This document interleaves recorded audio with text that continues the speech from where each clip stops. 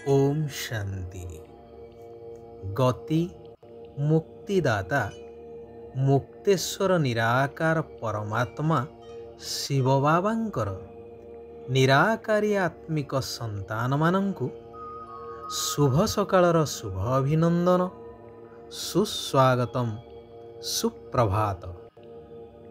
कुहा जाए भगवानंकर गति आ मत से ही जानती, परंतु एक कथा वास्तव रे एइथिपाई कुहा जाइछि कि जेतेबेले परमात्मा भगवान आसंती सारा सृष्टिर आत्मा मानंकु गति सद्गति देवा पाई तांकर मत समस्तंक ठारु अलगा। ताहा ना कौनसी शास्त्र पुराण रे अछि, ना कौनसी साधु संत बा गुरु गोसाई माने देई परिबे। सेइथिपाई तो गायन अछि कि परित्राणाय साधुनां, अर्थात साधारण आत्मा तो साधारण कथा, हेले साधु संत मानंकु मध्य उद्धार करिथांती। सेमाने उद्धार पाई पारि न थांती, तांकु मध्य उद्धार करिया पाई आसीथांती। तेणु एही गति आउ मुक्ति साधु संत बा किपरि देई परिबे।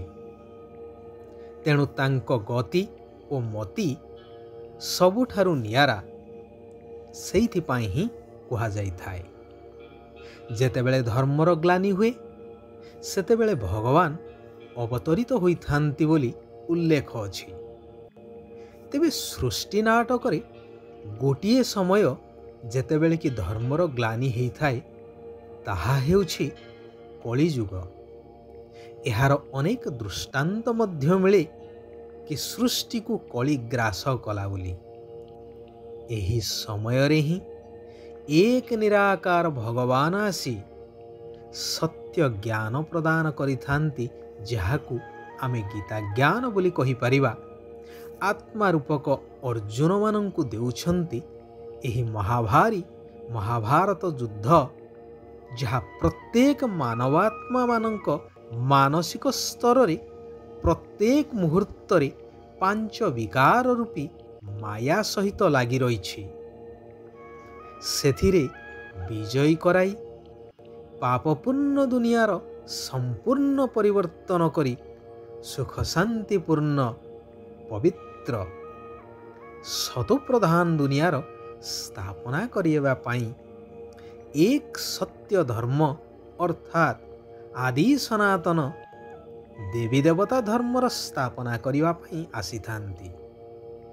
तेणु एई मध्यवर्ती समय बा परिवर्तनर समय संपूर्ण अहिंसक धर्मयुद्धर समय को कल्याणकारी पुरुषोत्तम संगम युग बोली कुहा जाए।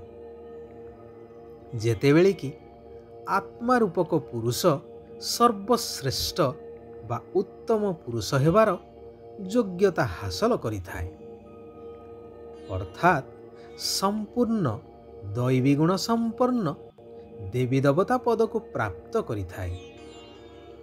जेउमानंकर गायन अछि सर्वगुण संपन्न 16 कला संपूर्ण संपूर्ण निर्विकारी अहिंसा परम धर्म मर्यादा पुरुषोत्तम एवं श्रीकृष्णंक पाही कुहा जाए श्रीकृष्ण वैकुंठनाथ सत्य जुगर प्रथम दैवीराज कुमार।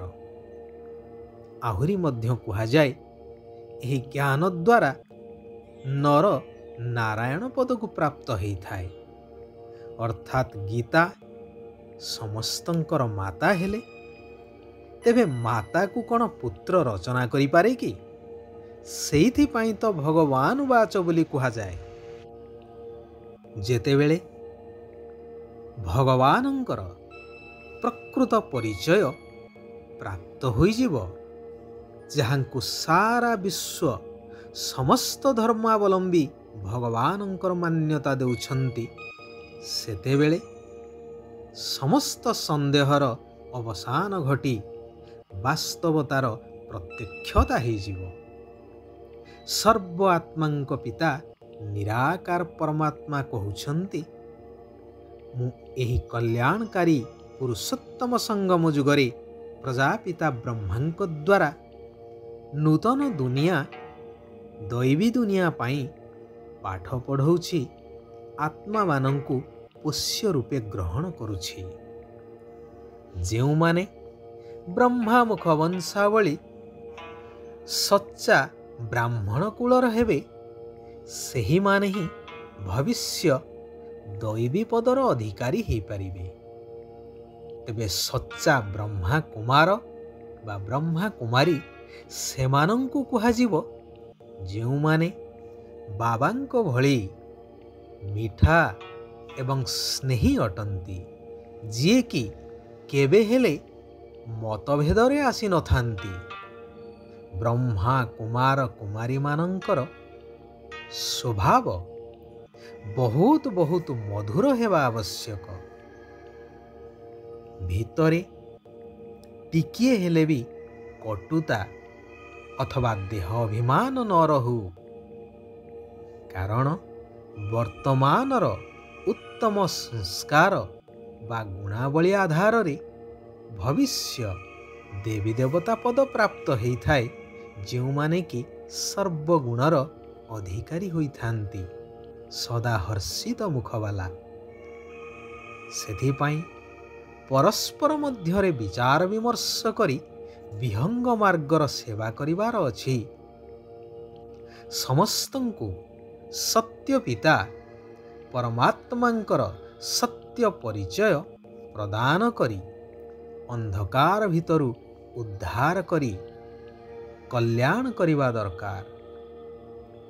କିପରି ବର୍ତ୍ତମାନ ଏହି ସଙ୍ଗମ ଯୁଗରୁ ଉତ୍ଥାନ କଳା ହେଉଛି ବା ସମସ୍ତ ଆତ୍ମାଙ୍କର ଉନ୍ନତିର କଳା ହେଉଛି ଏବଂ ଦ୍ୱାପର କଳି ଯୁଗରେ ଆତ୍ମାର ପତନ ହେଉଛି, ଏହାର ରହସ୍ୟ ସମସ୍ତଙ୍କୁ ବୁଝାଇ ହନୁମାନଙ୍କ ସ୍ମୃତି ଫେରେଇ ଆଣିଲା ଭଳି ସମସ୍ତ ଆତ୍ମାଙ୍କର ଆଦି ଅର୍ଥାତ୍ ଆତ୍ମିକ ସ୍ୱରୂପ ଦୈବୀ ସ୍ୱରୂପ ସ୍ମୃତିକୁ ଫେରେଇ ଆଣିବାର ଅଛି। ଯୁକ୍ତିର ସହିତ ଜ୍ଞାନଯୁକ୍ତ ରହସ୍ୟକୁ ଉନ୍ମୋଚନ କରି ଆତ୍ମାର କଲ୍ୟାଣ କରିବାର ଅଛି। ଅନ୍ଧବିଶ୍ୱାସର ବଶବର୍ତ୍ତୀ ହେବାର ନାହିଁ।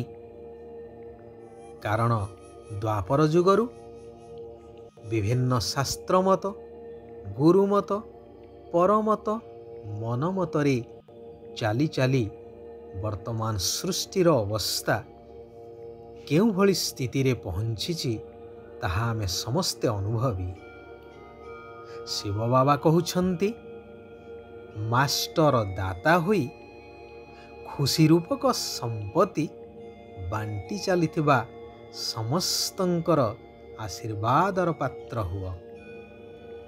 କାରଣ ସାରା ବିଶ୍ୱ ଆଜି ଦୁଃଖ ଶାନ୍ତି ଭିତରେ ଟିକିଏ ସୁଖ ଶାନ୍ତି ପାଇବାର ରାହା ଖୋଜୁଛି। ଶାନ୍ତିର ଭିକାରୀ ତୁମେମାନେ ଦାତା, ବିଧାତା, ଭାଗ୍ୟ ବିଧାତାଙ୍କର ସନ୍ତାନ।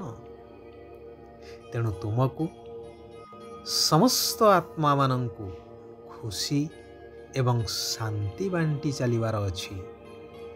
ଏହାଦ୍ୱାରା ସମସ୍ତ ଆତ୍ମାଙ୍କର ଆଶୀର୍ବାଦ ପ୍ରାପ୍ତ କରି ସହଜ ଏବଂ ଶ୍ରେଷ୍ଠ ପୁରୁଷାର୍ଥୀ ହୋଇପାରିବ, ଯାହାଦ୍ୱାରା ଭବିଷ୍ୟ ଦୈବୀ ପଦର ଅଧିକାରୀ କରେଇପାରିବ। ଯଦି ଏହି ସଙ୍ଗମ ଯୁଗର ପ୍ରାପ୍ତିଗୁଡ଼ିକୁ ମନେ ରଖୁଥିବ, ତେବେ ଦୁଃଖ ଅଶାନ୍ତିର କଥାଗୁଡ଼ିକ କଦାପି ମନେ ପଡ଼ିବ ନାହିଁ। ଆଚ୍ଛା, ଆଜି ପାଇଁ ଏଇଠାରେ ଆମେମାନେ ବିରାମ ନେବା। ଆସନ୍ତାକାଲି ପୁନଃ ସେହି କଲ୍ୟାଣକାରୀ ପରମାତ୍ମାଙ୍କର ଆଉ କିଛି କଲ୍ୟାଣକାରୀ ମହାବାକ୍ୟକୁ ଆଲୋଚନା ମାଧ୍ୟମରେ ନିଜ ଜୀବନରେ ଧାରଣ କରିବା, ନିଜକୁ ପରିବର୍ତ୍ତନ କରିବା ସହିତ ସାରା ବିଶ୍ୱକୁ ପରିବର୍ତ୍ତନ କରିବାର ମହାନ କାର୍ଯ୍ୟ କରିଚାଲିବା। सारा विश्वर आत्मा मानकर कल्याण हेउ, समस्ते सुख आउ शांतिर अनुभव करंतु। ओम शांति, ओम शांति, ओम शांति।